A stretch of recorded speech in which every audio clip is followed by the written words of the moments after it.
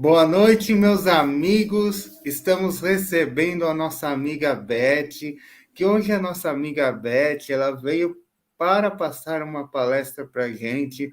O tema da palestra, deixa eu ver se eu enxergo aqui, porque às vezes não consigo enxergar.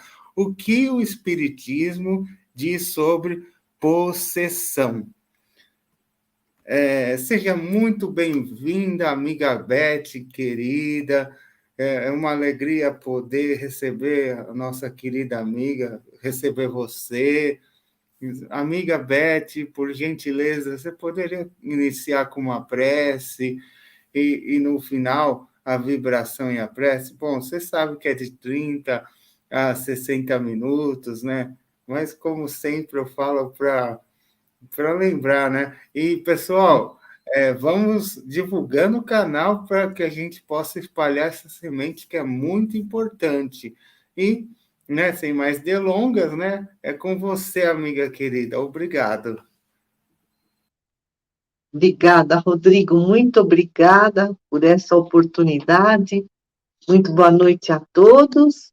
É uma alegria imensa estar aqui, aprendendo mais um pouquinho e pedindo a espiritualidade amiga do SEAC, os mentores do SEAC, que nos amparem, nos inspirem nesses próximos instantes, para que possamos entender os ensinamentos da doutrina espírita e passar adiante da forma mais clara possível. Que assim seja. Então, a gente vai falar de possessão, principalmente o que o Espiritismo diz sobre os casos de possessão. É, possessão.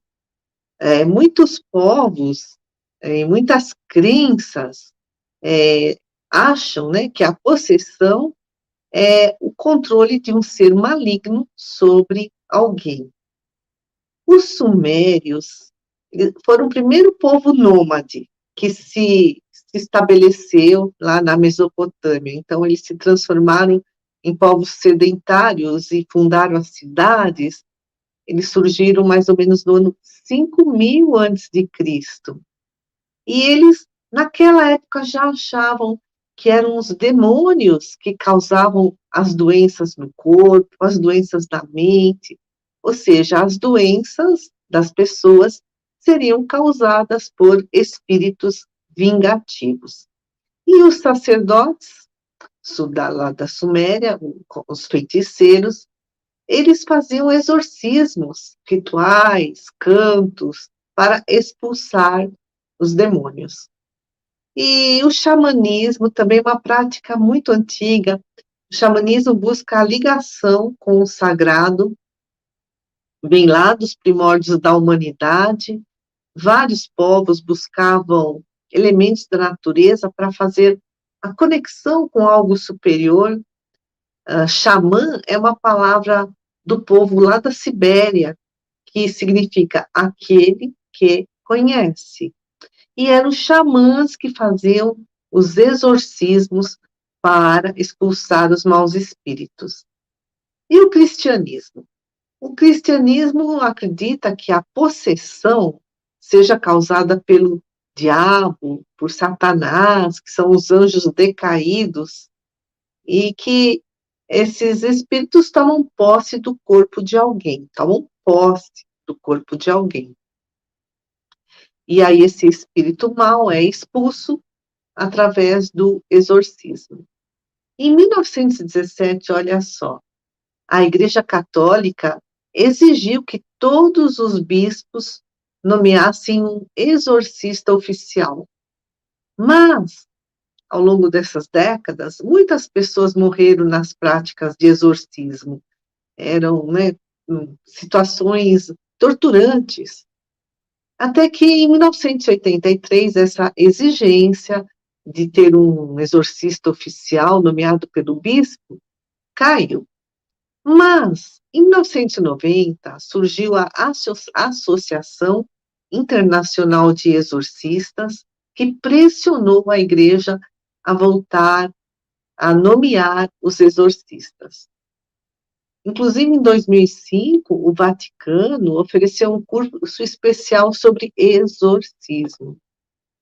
E em 2014, o Vaticano reconheceu a Associação Internacional de Exorcistas.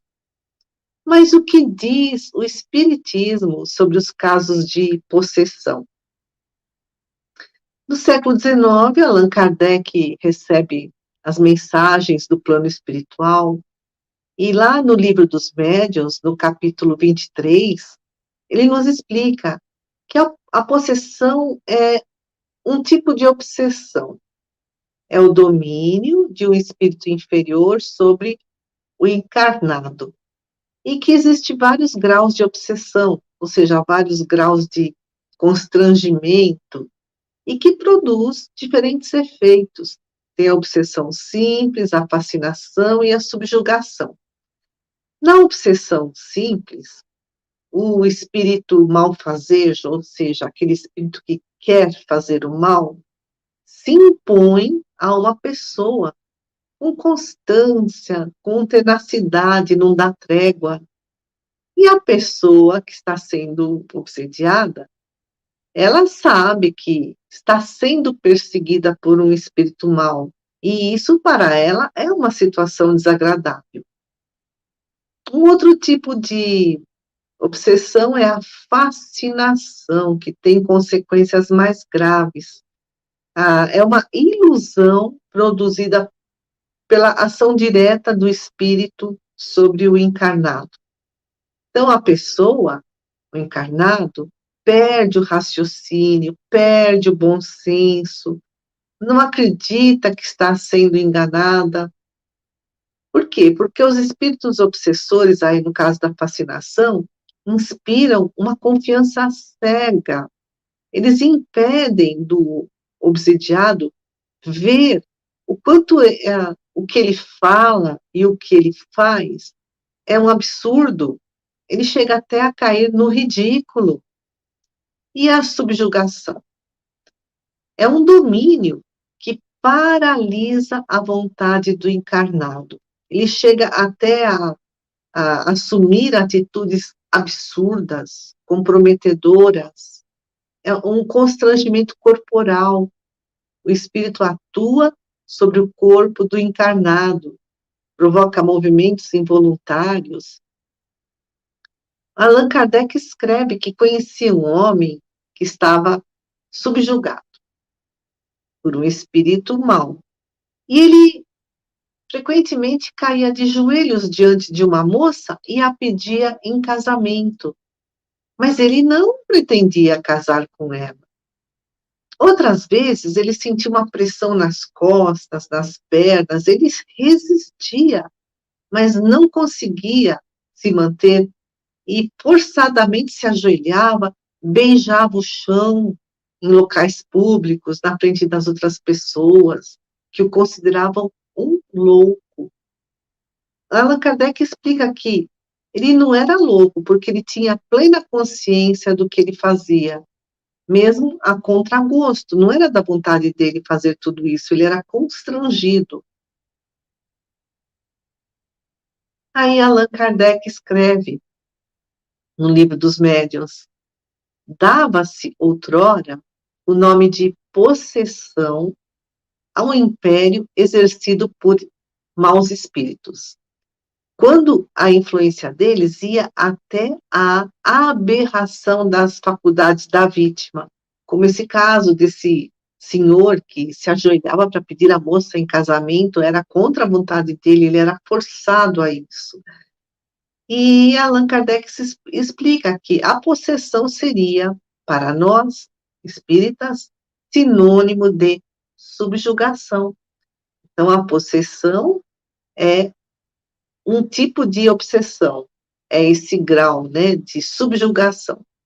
E o Allan Kardec vai além, ele explica que há dois motivos para não adotar o termo possessão. Primeiro, dizer, não existem seres criados eternamente para o mal, né? Então, demônios, Satanás, não. Todos esses espíritos maus são seres mais ou menos imperfeitos, mas que ao longo das muitas encarnações irão evoluir, irão deixar de ser maus. E o segundo motivo, porque essa palavra possessão dá a ideia de apoderamento de um corpo por um espírito estranho, seria uma coabitação, dois espíritos habitando o mesmo corpo físico, isso é impossível. O que há na realidade é um constrangimento. E aí Kardec resume, não há possessos, há somente obsediados, subjugados e fascinados. E quais são as causas da obsessão? Vingança de inimigos do passado. Então, hoje, a pessoa está encarnada e seu inimigo da vida anterior está desencarnado. Ou espíritos que têm ódio, têm inveja em relação às pessoas que fazem o bem, eles perseguem os trabalhadores em geral, os trabalhadores da causa do bem. Também espíritos covardes que perseguem aquelas pessoas que são moralmente fracas, que ainda têm muitas imperfeições morais. O Allan Kardec pergunta a um espírito por que ele subjugava um rapaz que tinha uma inteligência apoucada. Esse é o termo que a gente lê lá no Livro dos Médiuns. Quer dizer, o rapaz tinha pouca inteligência, ou seja, era uma pessoa, um caso de retardo mental. E o espírito, né, que subjugava, responde assim: tenho grandíssima necessidade de atormentar alguém. Ligo-me a um idiota. Quer dizer, idiota na psicologia ou na psiquiatria, não se usa mais esse termo, mas é um termo técnico. É a pessoa que tem um profundo atraso mental. Então, esse espírito, né, que subjugava, ligo-me a um idiota que nenhuma força me opõe. Idiota, sim, no sentido de retardo mental. E também tem outros espíritos que não são maus, mas são muito orgulhosos. Eles acreditam que são sábios, mas é um falso saber. E eles querem impor as suas próprias opiniões. E para isso eles se passam por grandes nomes. Eles, né, no caso de trazer uma mensagem mediúnica, eles dizem que são Jesus, Maria de Nazaré. E como combater a obsessão? No caso da obsessão, sim. Provar ao espírito que não estamos iludidos, que não estamos nos deixando enganar, diz o Allan Kardec. Cansar-lhe a paciência, demonstrando paciência para com ele. Porque aí um dia ele se cansa, né? Perde a graça. Eu fico perseguindo esse encarnado, mas ele não se irrita, ele não se perturba, meu objetivo não está sendo alcançado. Aí um dia ele vai embora. E, né, explicam os espíritos que, os benfeitores da espiritualidade, que essa obsessão, mesmo sendo simples, pode levar muito tempo, meses, anos, porque há espíritos muito tenazes, insistentes, que querem trazer o mal ao encarnado. Então, como combater a obsessão? Provar ao espírito, né, que não está conseguindo, que o espírito não está conseguindo iludi-lo, enganá-lo, cansar-lhe a paciência, demonstrando paciência para com ele, prece, fazer prece, e quando nós oramos, nós nos sintonizamos com os bons espíritos, elevamos a nossa faixa vibratória de pensamentos, que o pensamento é energia, e aí conseguimos a proteção dos bons espíritos. Mas também orar pelo obsessor, para que ele, né, no caso de vingança, de ódio, de inveja, não alimente todos esses maus pensamentos. Então, fazer a prece para entrar em sintonia com os bons espíritos, mas também orar pelo obsessor. Allan Kardec diz: é preciso tratar o obsessor com severidade, mas com benevolência, né? Então, não se deixando enganar, não caindo na lábia dele, mas sendo caridoso, paciente, orando por ele. Orar por alguém é fazer a caridade para esse alguém. E aí, com o tempo, que pode demorar mais ou menos, né, anos ou meses, o espírito, segundo um termo que o Allan Kardec usa, vai sendo moralizado. Ou, hoje em dia, a gente fala, ele vai sendo doutrinado, vai sendo evangelizado, vai percebendo que ele está se prejudicando, que todo esse mal que ele quer levar ao encarnado não vai levar a nada.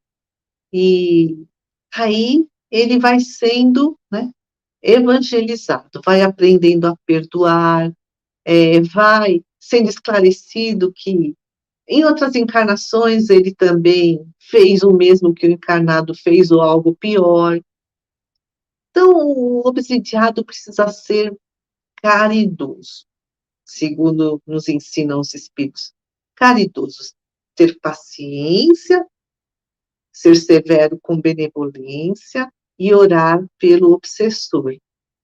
E aí, quando esse obsessor é moralizado, ou doutrinado, ou evangelizado, ou retoma o caminho do bem, o obsidiado ele tem uma satisfação de ter reconduzido o seu inimigo ao bom caminho. Então, são, assim, as orientações para o caso de uma obsessão simples, em que o encarnado sabe que está sendo perseguido, e essa é uma situação que lhe é desagradável. Mas a fascinação? A fascinação traz consequências mais graves, porque o obsidiado não acredita que esteja sendo enganado. Ele está sendo iludido, mas ele acha que aquele espírito é um espírito de luz, mas é um obsessor que quer lhe prejudicar. E aí o Allan Kardec diz que outros é que deverão convencê-lo a perceber o erro em que se encontra. E o Allan Kardec evocou um espírito que exercia sobre um dos médios uma intensa fascinação. E ele pergunta, né, por que isso? E o espírito lhe responde, lá na Sociedade Parisiense de Estudos Espíritas, no século XIX. Eu procurava um homem que me fosse possível manejar. Encontrei-o, não o largo. Não é o prazer de fazer o mal. E o Allan Kardec fala, se o médium não aceita as críticas das pessoas que estão em torno, mostrando o quanto ele está sendo ridículo, o quanto ele está errado, caindo no erro, se ele não acredita, não aceita essas críticas construtivas, aí fala Kardec, então o jeito é deixá-lo com suas ilusões. E ele escreve, ninguém pode curar um doente que se obstina em conservar o seu mal e nele se compraz. Quer dizer, tem o prazer, né? Porque aquele que está fascinado, principalmente por conta do orgulho, então ele sente um prazer, olha, quem me guia, o meu mentor, é Jesus, é Paulo de Tarso, é o próprio Deus. Então, é um orgulho alimentado. Então, ninguém pode curar um doente que se obstina em conservar-se no mal e nele se compraz. E a subjugação. Subjugação corporal, subjugação moral, né? Então, a pessoa, no caso, por exemplo, subjugação moral. Aquele que se ajoelhava frente à moça, ele ficava constrangido, envergonhado, ele não queria fazer isso. É uma subjugação moral, mas também corporal, porque ele não tinha mais controle sobre seu próprio corpo, ele era obrigado a se ajoelhar. O espírito né, comandava todos os movimentos do corpo dele. Então, na subjugação, explica Kardec, o encarnado não tem suficiente energia para dominar o espírito, tipo assim, né? Ele está querendo que eu me ajoelhe na frente da moça, eu não quero fazer isso, mas esse encarnado não tem força suficiente para dominar esse comando do obsessor. E aí é necessária a intervenção de outra pessoa, mas que tenha ascendência moral, uma pessoa que tenha elevação moral para impor-se sobre o mau espírito. Aí temos o exemplo máximo de Jesus, que expulsava, entre aspas, os demônios, esse era o termo que se usava na época, né, demônios, mas são espíritos imperfeitos, são maus espíritos. Então, Jesus expulsou, por exemplo, de Maria de Nazaré, 7 obsessores, com a sua ascendência moral, a sua elevação moral.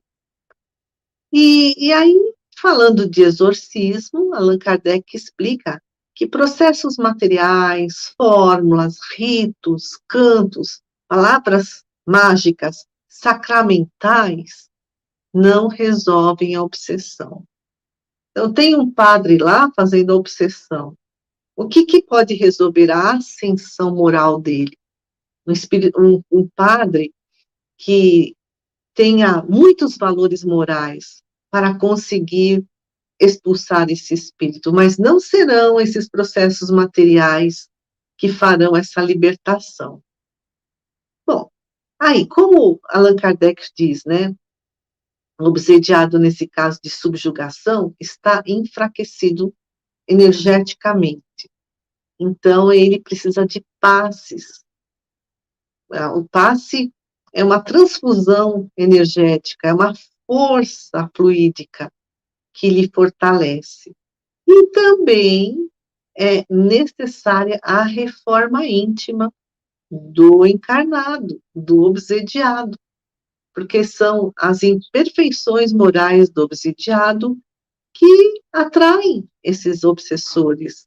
As imperfeições morais do obsediado é que são um obstáculo para a sua libertação. E Allan Kardec conta um caso de subjugação.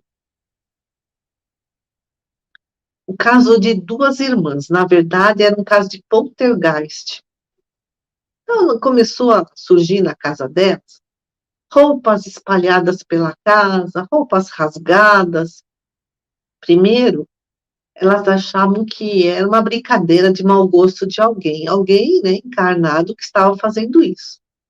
Mas aí elas ficaram muito atentas e perceberam que era um espírito malévolo e foram procurar ajuda junto à Sociedade Parisiense de Estudos Espíritas. E o Allan Kardec evocou esse obsessor e disse que, lá, né, no Livro dos Médiuns, que esse obsessor é um espírito muito perverso. E aí vem um espírito superior, mentor das reuniões mediúnicas lá, da Sociedade Parisiense de Estudos Espíritas, e fala para Allan Kardec que, para que essas irmãs se libertem desse espírito muito perverso, elas precisam praticar o amor e a caridade. Quer dizer, elas é que o atraiu. Por quê? Esse espírito perverso, quando estava encarnado, era para elas um empregado, mas ele era tratado, nesses termos a gente lê lá no Livro dos Médiuns, como um burro de carga. Ou seja, elas se aproveitavam dele, judiavam dele.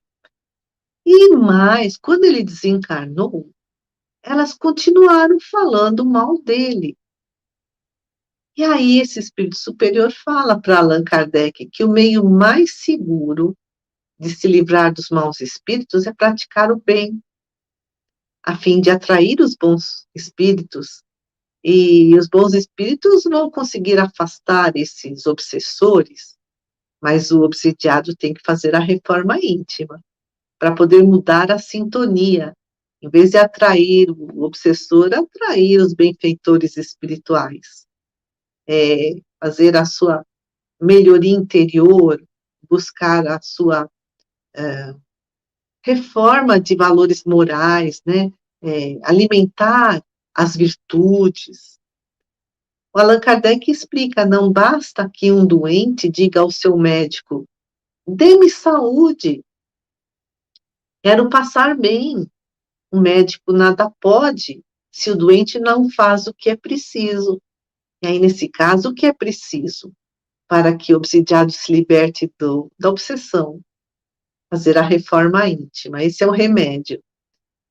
Bom, hoje, graças a Deus, cresceu muito a compreensão das doenças mentais. E antigamente o louco era considerado, né, um possesso. Ele estava possuído pelo demônio, possuído por Satanás. Isso era o que se achava na Idade Média, nos séculos passados. Mas com o desenvolvimento da psiquiatria, cada vez mais se percebe que nem todos os que são mentalmente doentes, os considerados loucos, entre aspas, estão possessos, estão obsidiados. Há problemas orgânicos, de ordem física no cérebro.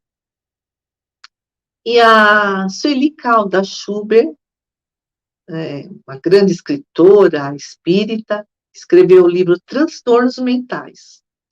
No capítulo 9, intitulado Obsessões, ela esclarece que o espiritismo demonstra, esclarece, trata e liberta o ser humano das obsessões. Por isso, presta à humanidade uma de suas mais avançadas contribuições. Por quê? Porque desvenda esse complexo campo da obsessão e apresenta os meios, os recursos, as condições de tratamento e de prevenção, principalmente de prevenção, que é a prece, é a reforma íntima. E o nosso planeta? Nosso planeta tem uma terrível poluição ambiental de muitos tipos. Poluição química, poluição tóxica e também poluição assim de ordem moral. Essa poluição moral contagia as mentes com esse baixo teor vibratório. E aí, o que a gente vê pelo mundo, diz a Sueli Calda Schubert?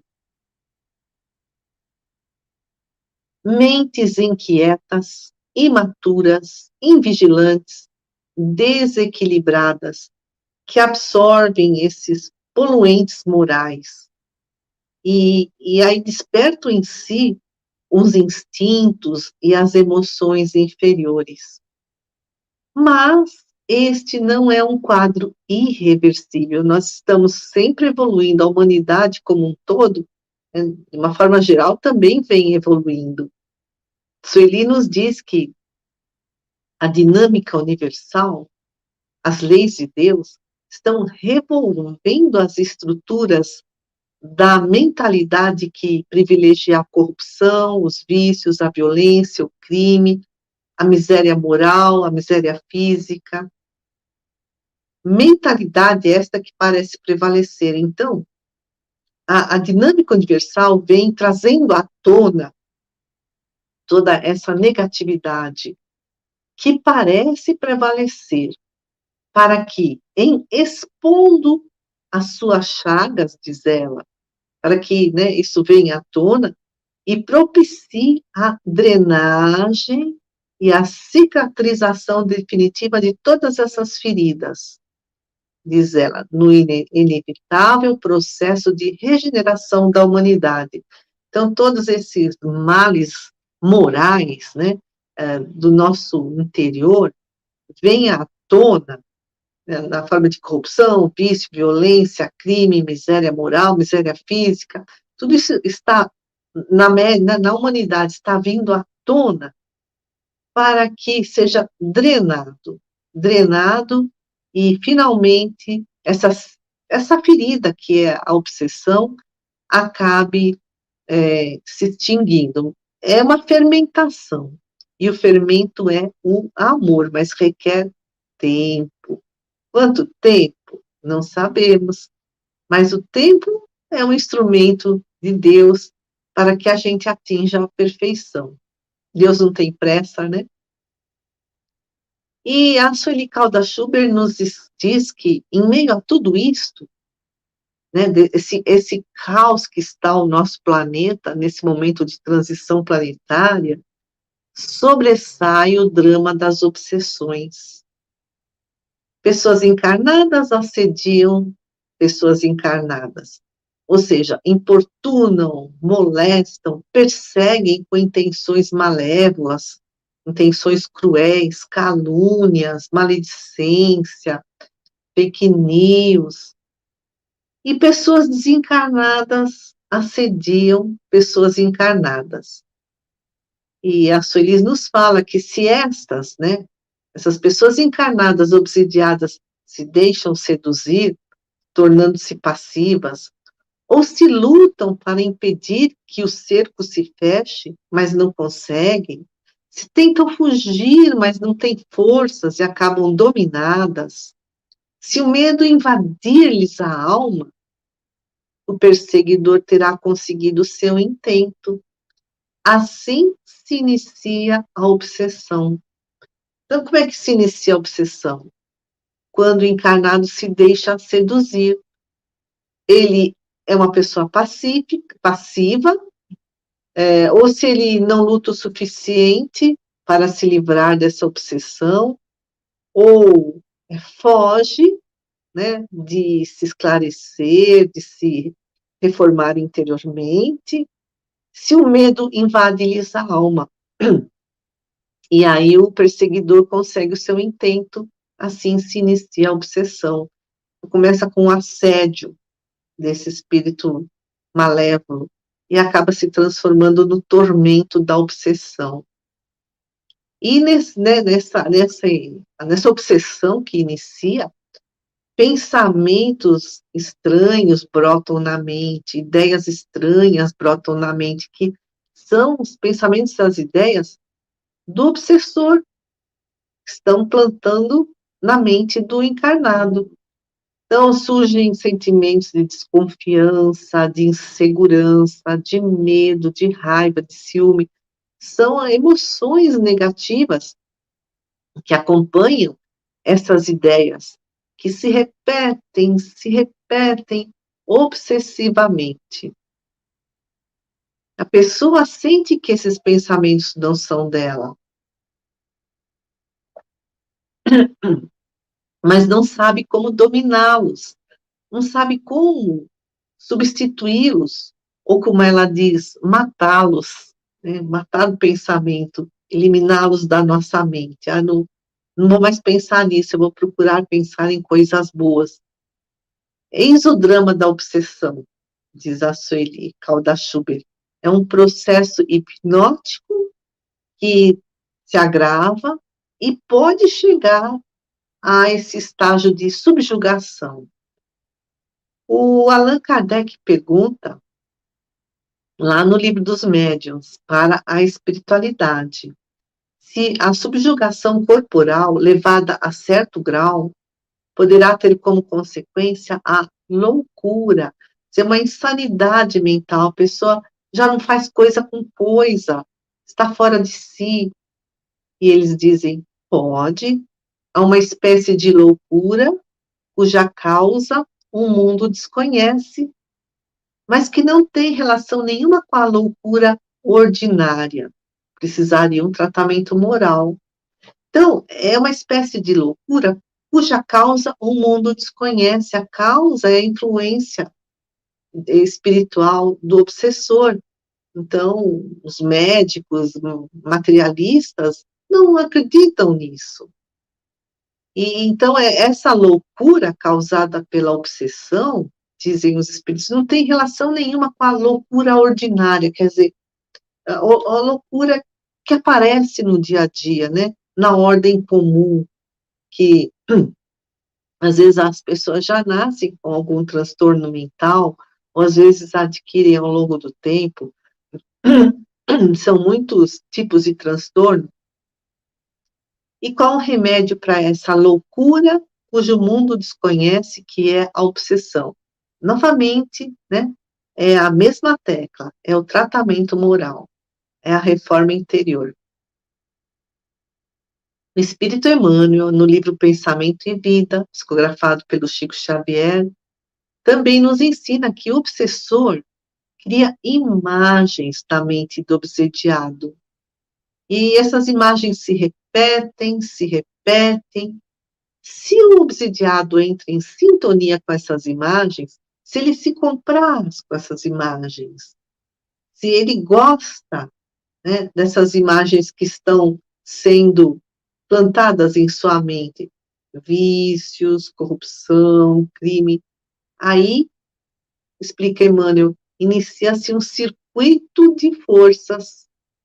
A palavra e a ação do obsidiado consolidam essa parceria. Ele acaba partindo para a ação da maldade. E Emmanuel nos dá um alerta: ignorar, desconsiderar, desdenhar, subestimar tal evidência, ou seja, a obsessão, é agravar o mal e permitir que ele se alastre. Então, é da maior importância divulgar esse conhecimento. O que é obsessão? Qual a sua origem? Quais são as consequências, as causas? Qual é o tratamento para despertar consciências?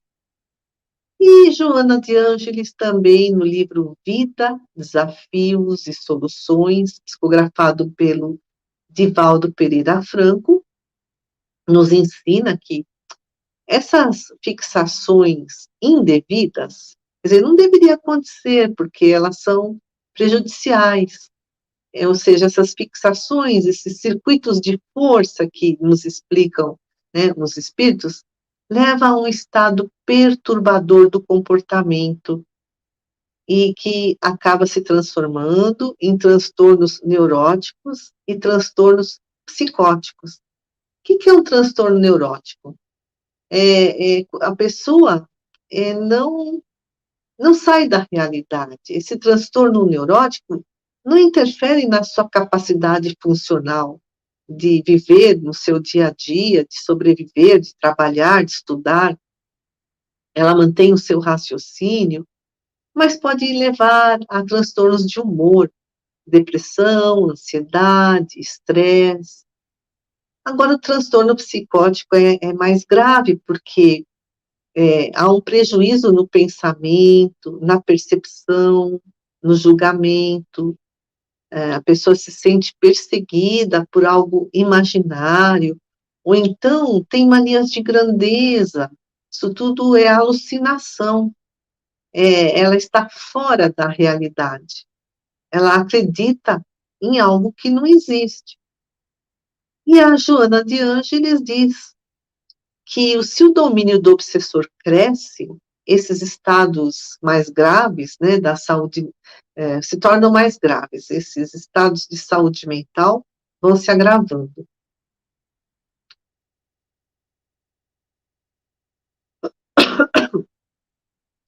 E a prevenção? Controle mental,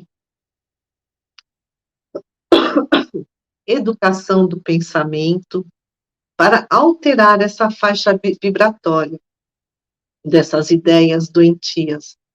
Elevando a faixa vibratória, nós entramos em sintonia com os bons espíritos. Se a faixa vibratória for negativa, a sintonia será com os obsessores, e aí surgem as doenças mentais e físicas. E a Sueli Calda Schubert nos fala, para finalizar, como são os tratamentos de desobsessão nas casas espíritas?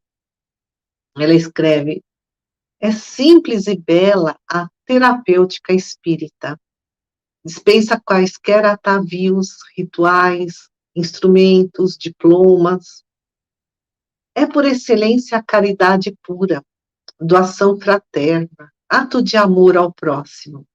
Requer silêncio, ambiente elevado, sintonia com o mais alto, através da prece. E deve ser realizada com simplicidade. E o tratamento espiritual tem 3 aspectos. O passe, então o encarnado vai ao centro para receber o passe e conquistar um reequilíbrio energético, físico, espiritual.